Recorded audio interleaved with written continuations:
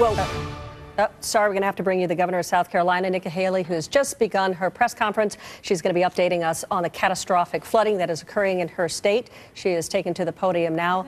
Let's listen in. Give me a thumbs up, please. Got it, got it, got it, got it. And waiting on you. There we go. Okay. Thank you very much. Thank you for being here. We've got a full team here ready to give you a lot of information right now. This has been, the one thing I want people to understand is when you think about what we're sitting in right now, we are at a 1,000-year level of rain in parts of the low country. What does that mean? We haven't seen this level of rain in the low country in 1,000 years. That's how big this is. That's how South Carolina is dealing with right now. The Congaree River is at its highest level since 1936. That's why we keep telling people, stay off the roads, stay out of the roadways, stay clear. We're going to talk a little bit more about that, but I want to just give you as much information as we have. This is all hands on deck, so there's a lot of information. The main thing about what we're dealing with is it is literally changing by the minute. And so we're dealing with those issues as we can. The first thing I want to do is I want to turn it over to our climatologist, Mark Mausick, and just let him give you an update, and then I'll take it back from there and we'll go forward. Mark? I'm sorry. Good afternoon, Mark Mausick from the State Climate Office. Right now we're watching a very persistent plume of moisture coming in off the ocean. This is what has delivered all this rain throughout the evening. We're continuing to see light rain showers throughout the Midlands all the way to Myrtle Beach. There are some heavier showers in Myrtle Beach, but we're expecting these heavier showers to slowly diminish by midnight tonight. We will maintain the rain showers through Monday. However, those will be becoming less and less productive as we go through. We're anticipating another 2 to 6 inches of rain from Columbia to Myrtle Beach, and we're not anticipating any significant clearing or sunny skies until Tuesday. Thank you. And thank you. And so that's the importance is regardless of where you are in the state, continue to stay home, continue to stay off the roadways. What we have right now is just a lot of resources at play. We've got 255 active troopers on the road right now, certainly with more available. We've got 1,000 DOT maintenance workers that are working every single shift as we go forward.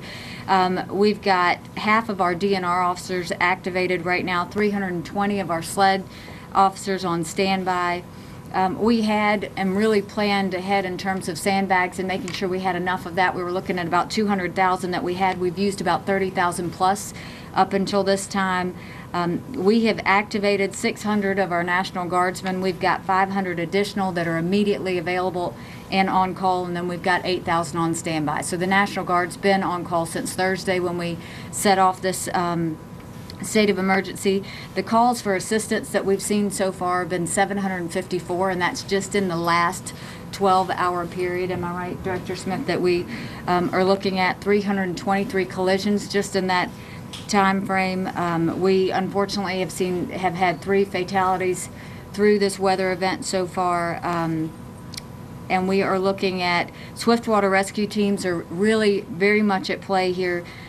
We've got 8 deployed. We're receiving 4 from Tennessee. I think 5 more on the way. That's something that we're continuing to do and make sure that we have on standby as we need going forward. We have 11 aircrafts available for aerial rescues as we need. 2 are deployed currently right now, and 106 high water vehicles. So there's a lot of equipment and people and first responders on the roads. That's the reason we need everybody to stay off the roads.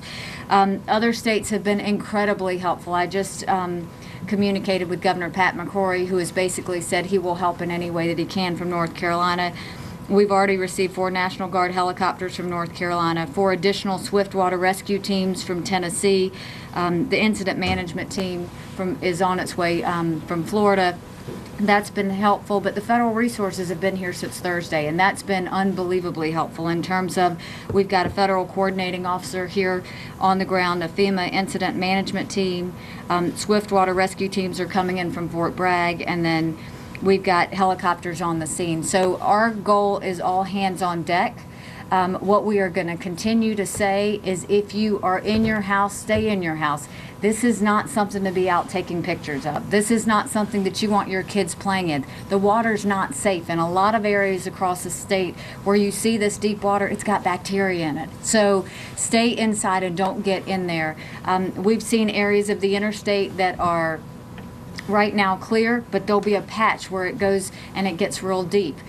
You're going to have to turn around. It's not worth doing it. We're in the process of closing all the interstates around the Columbia area. That's changing literally as we go. It is not good to get outside. You will see, we're going to have another meeting and conference call again at 5 o'clock. I'm going to be heavily encouraging county offices to close tomorrow, which automatically we're going to suggest that schools close. And the main reason for that is this is not going to clear up until at least Tuesday or Wednesday.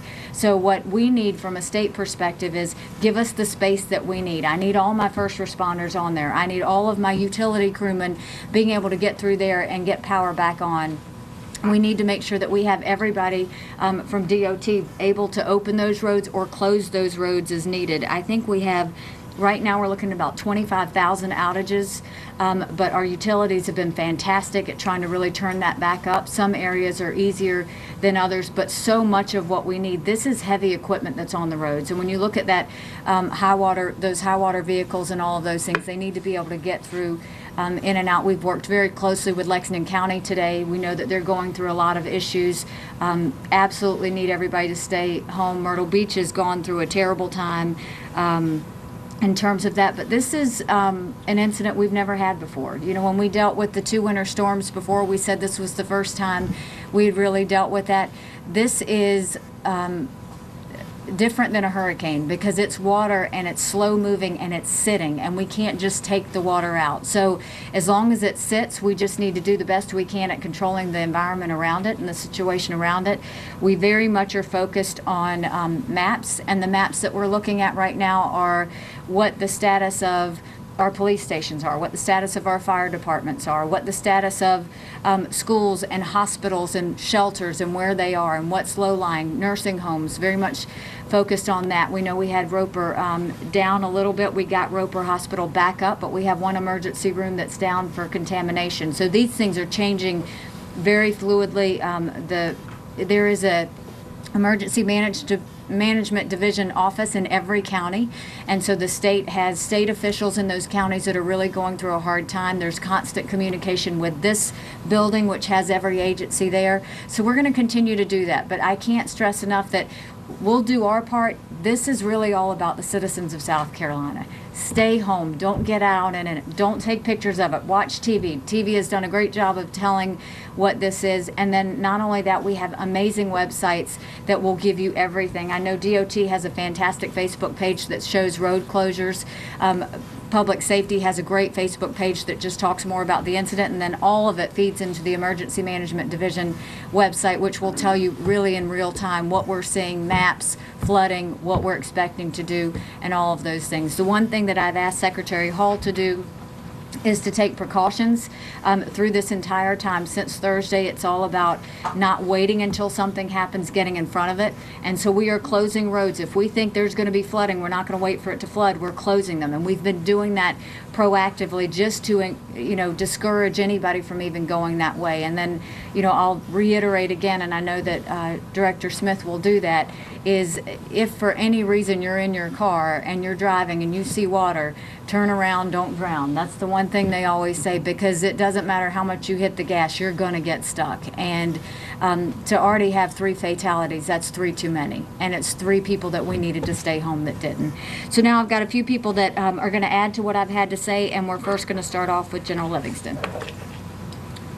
Thank you, Governor. Based on the governor's priorities, the National Guard and really all state agencies are supporting county and city efforts throughout the state, focusing on safety issues, rescue operations, evacuations, and detouring the public away from areas of danger. Then we're concentrating on preservation of infrastructure, and then finally we'll turn around and start worrying about restoring infrastructure. If you see a lot of water going by and there's nobody there, that doesn't mean nobody's working. We're over where people are in need. We've just completed 2 aerial rescues in Richland and Sumter counties. We have high water vehicles down in Somerton, working in Georgetown, and working down in Charleston, and now working in the Lexington and Richland County area. So if you see an incident, call your county, call 911, and it will go through that county lightning fast and get to those proper resources. One of the instances in Richland County, we had a mother and her child stranded. A rescue worker tried to get to him. He got stranded, and so we used an aerial rescue to go get all of them, and then started picking some people off rooftops. So this system is very immediate. It's very quick. So make sure you keep your counties involved. Call that 911 and let us know what's going on out there. And the governor's talking about the websites out there. Look at the websites. Look at the National Guard website. You can see what's going on rather than getting out there and possibly getting yourself in trouble. So we don't want to have to rescue you too. Governor? Thank you, General. And now we're going to turn it over to Director Stinson of Emergency Management Division.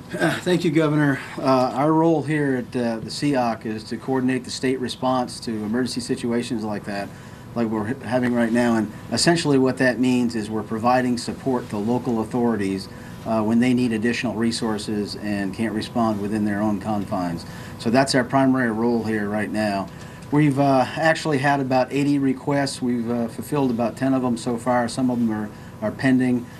We have a number of state agencies that are working on a number of issues right now, to include the Swiftwater rescue teams, high mobility vehicles, feeding, sheltering, pretty much everything we do when we have a disaster situation. We've got personnel from the State Emergency Management Division that are embedded in the counties that are most distraught right now, and basically that helps facilitate the requests and make sure that we've got an on-the-ground presence to take care of whatever happens down there.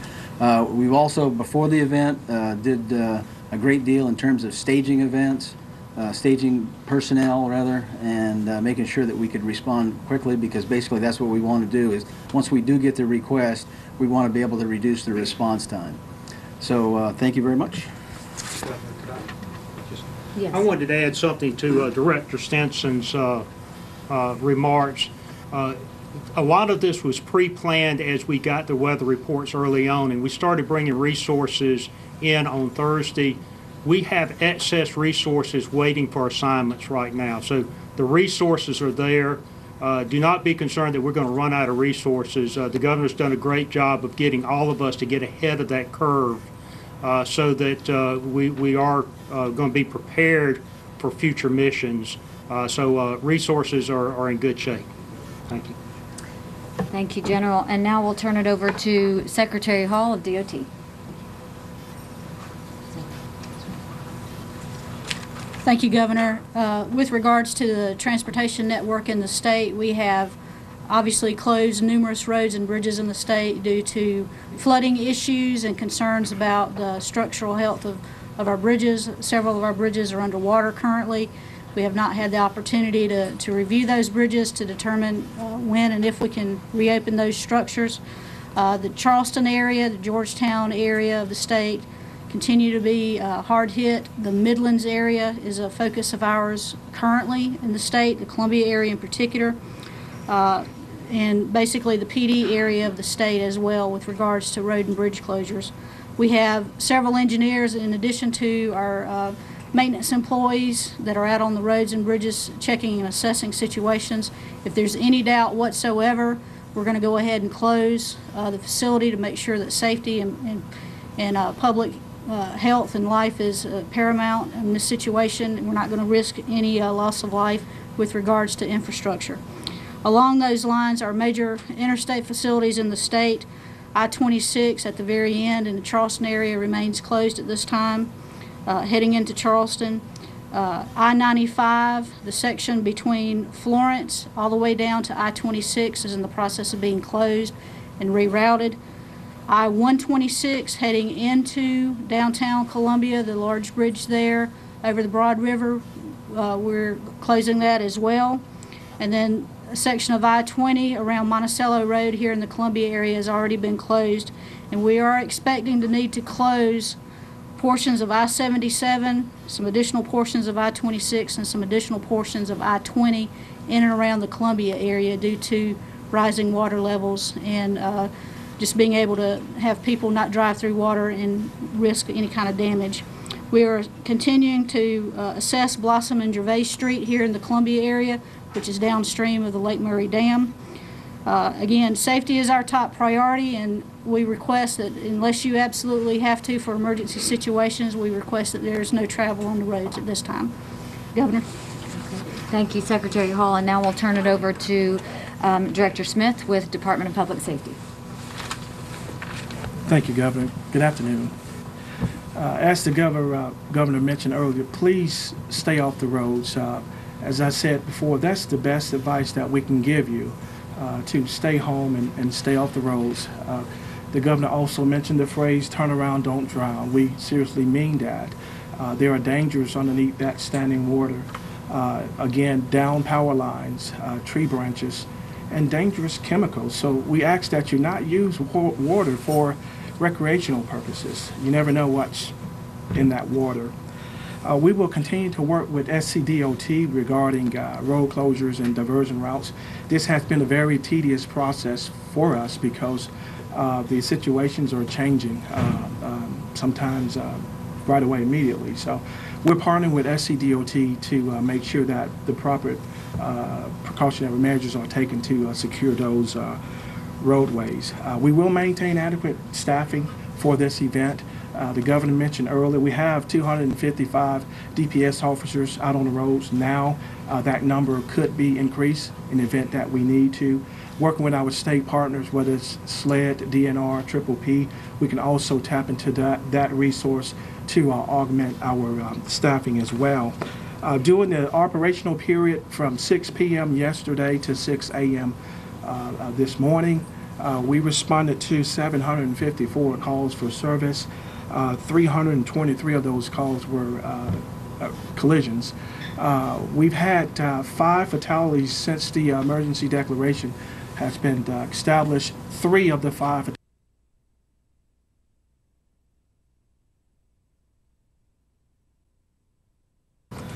down in the Somerton area, apartment complex was on the water.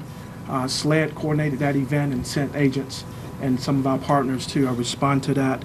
15 SLED agents, 5 Triple P agents, 7 DNR officers, and 2 troopers responded to that event there in Somerton to assist.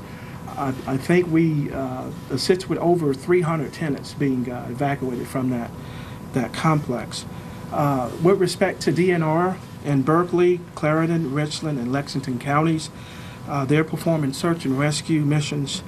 Basically, people are trapped either in homes and cars, so whatever it takes, they're there performing those viable search and rescue missions. With respect to ESF 13 SLED, they are on standby in the event that we started getting calls, looting incidents. Again, SLED will work with our local partners to make sure that we have proper resources to respond to those types of incidents. And on a final note, I'm quite sure the governor wouldn't mind. I just want to talk about this team right here. And I think that we're at our best during times of crisis. Thank you, Governor. Thank you, Director Smith. So now I just want to address where we are right now. It's not over. We're in the middle of it. We've still got easily another 24 hours that you should be extremely careful. We've got more rainfall that's expected. This isn't, while we're dealing with rivers and lakes and all that, this was flash floods at or historic rainfall like we've never seen before. And so we are trying to deal with that. There are shelters out there.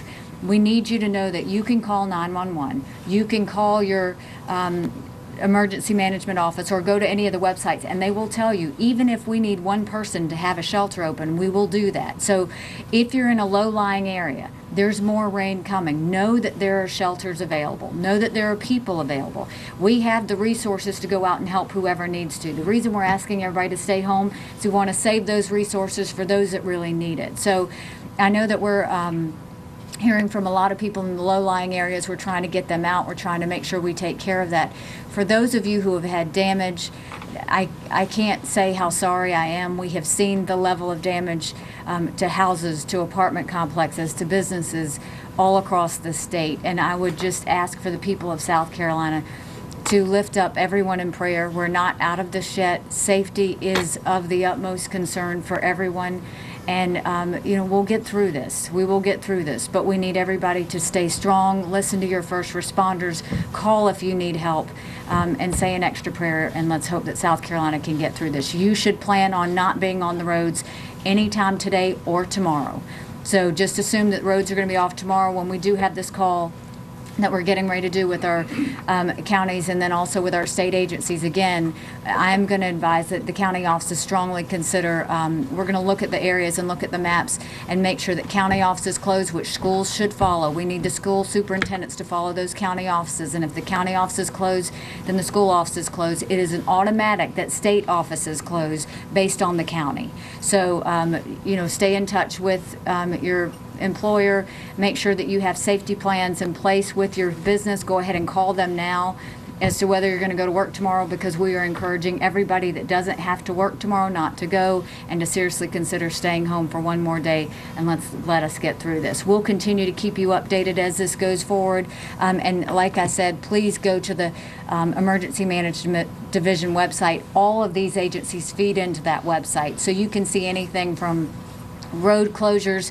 to incident reports to shelter facilities to everything that you could possibly need or want in terms of questions for that. But until then, we're going to continue to hunker down, and we'll continue to keep South Carolina strong. Thank you. God bless. And with that, we will open up for any questions that you may have. Governor Haley, you mentioned federal assistance. Now, this has been mainly for public safety costs. Will there be any individual federal assistance or federal assistance for repairs to infrastructure or anything of that nature? So I know what we did was we asked for a state of declaration of emergency Thursday or Friday, I think it is, and that's been approved. And basically that means that I think counties get up to 75% of what is requested from an individual level. Does anybody have an answer? That's not quite right. Do you want to go ahead and clarify, please? Yeah, and Mike, our SCO, might want to chime in too. But basically what we got the other day was a federal emergency declaration, and it's only for direct federal assistance. So if we ask for federal assets, they will come here and at a 75% cost, 25% to us. At some point here, and we're already starting to gather the damage assessment piece of it, is that we will be working with our federal partners to see if we get a major federal declaration, which would include both the public assistance, which would be assistance for damaged infrastructure, bridges, schools, roads, that sort of thing. And then the potential is also there for individual assistance as well. Okay, thank you. But we have to go through the damage assessment process, gather the information, but we'll work very closely with that. And we're going to lean very forward in that particular piece of it, so we can get that declaration request in as soon as possible. Yes, and from the DOT Road and Bridge perspective, I can tell you that we've been partnering and been in contact quite constantly over the last several days with the Federal Highway Administration. They've been actively engaged in part of our briefings and updates and decision-making on the road and bridge side, so we've had those connections established as well. And if for some reason the other funding doesn't come to fruition, we have emergency relief funding available through the Federal Highway Administration as an option. So what we did was we reached out to our federal partners early, and they responded great. We've had a great, not only responded, but responded by being here on the ground in the office, helping all of our agencies work through that. We're going to take it a day at a time. But all I can say at this point is they've been fantastic partners to work with. To be accurate, so far, 3 fatalities or 5 fatalities? 3 fatalities, which were weather-related. We have had 5 fatalities since we declared a state of emergency, but 3 were actually related to weather. That is accurate. 5 total fatalities, 3 were weather related. And some conflicting reports about dams that have failed. Okay, I would have to defer to. Well, we actually have, either of you can do that. Well, Why don't I you go can't- ahead, you go the only first, and one- then I'll let Christy do that. the only thing I can speak to is I'm Tom Allen from the Office of Regulatory Staff. We've been in constant contact with SCE&G, and we do know that their dams have the utmost confidence in the structural integrity of the Lake Murray dams and their other structures at this time. Thank you, Governor. Hold on, I'm going to let her add to that, because we've got a little bit more information. Yes, on we the- actually have had at least 2 dam failures in the state that I'm aware of that has affected the road and bridge network in the state. The first is the Old Mill Pond Dam in Lexington area. We had a failure of that this morning, just before daybreak, and that's affected US 1 and US 378, as well as some other low-lying areas just south of the dam.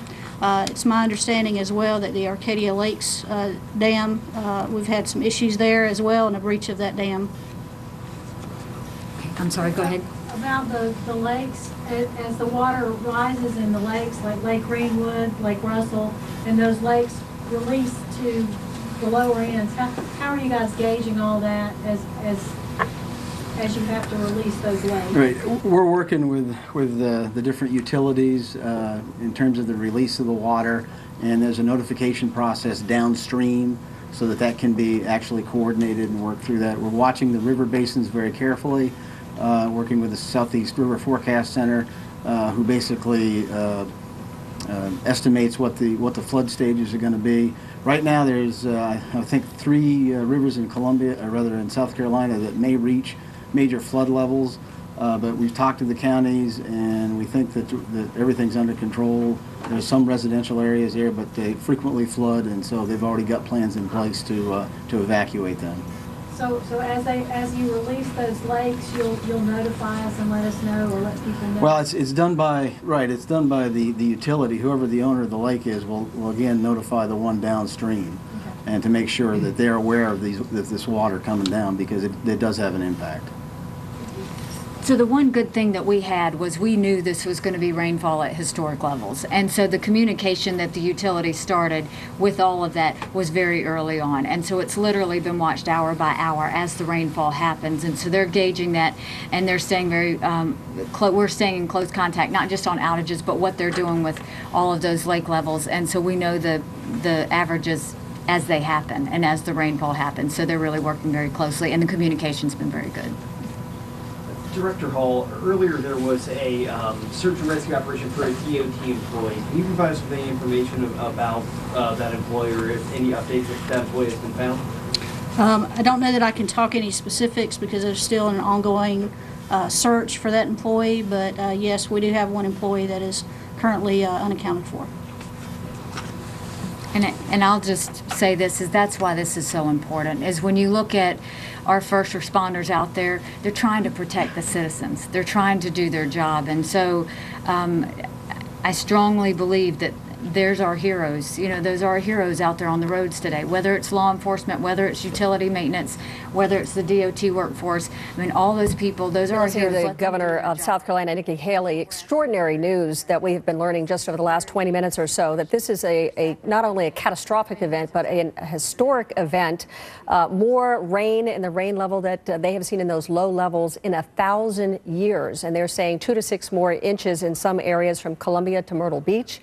We have learned that there were at least 754 calls for help, 320 collisions, 3 fatalities that are weather related. What she is saying to everyone listening is to please stay inside. Do not go out on those roads. We have just learned within moments ago that there were 2 dams that have failed, that have been breached, which have also impacted on those roads that are still being flooded.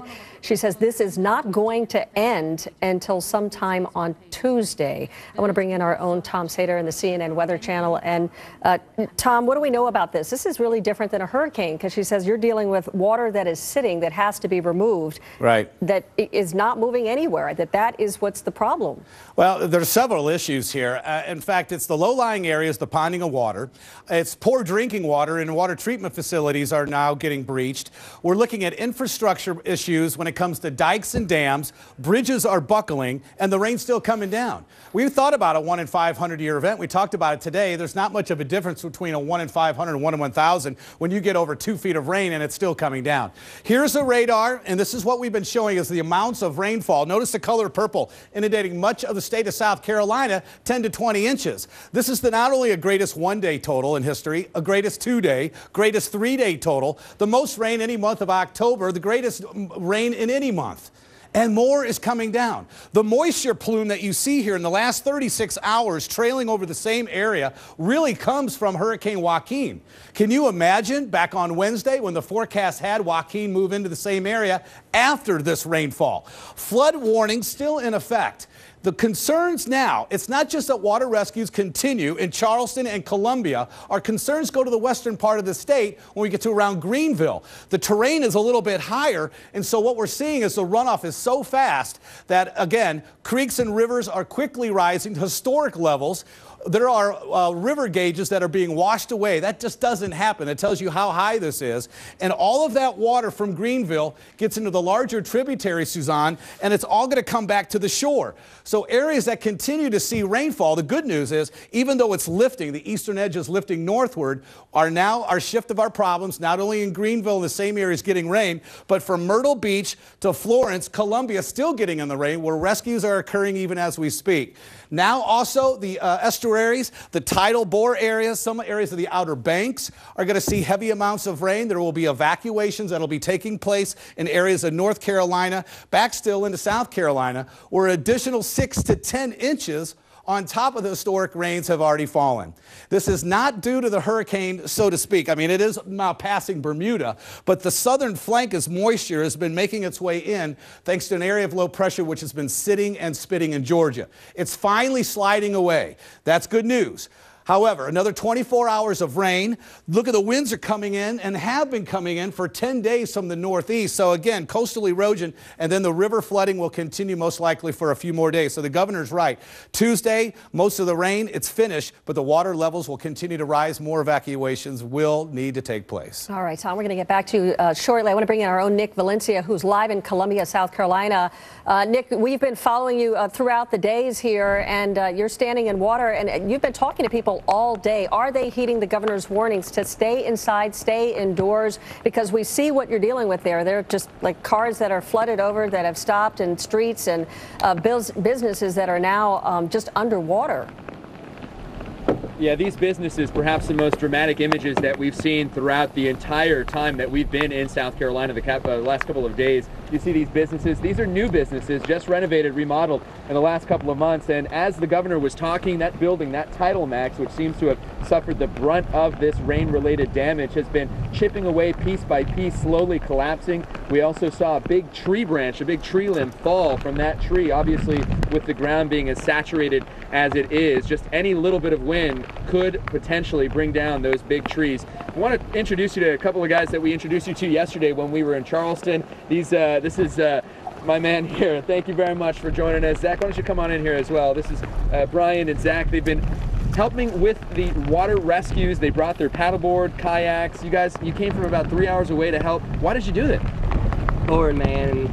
We just wanted to go to Charleston, heard what was going on, and then went to Folly Beach this morning, and then we got a call saying that the dam had broke here in Columbia, and so we came down here, and this is pretty bad compared to what we saw in Charleston. Yeah, you were with us in Charleston. When you take a look at this, when you look behind you and you just kind of absorb it all in, I mean, you guys were going into some of these buildings, places where other people have not yet been. What did you see? We just seen like utter chaos in there. I mean, everything's floating, all the products floating. It's gone. It's destroyed. And plus with PetSmart right now, with the animals inside. You guys went to the PetSmart. I went and checked all that whole new section you were just talking about. I went there to check to see if there was anybody in there.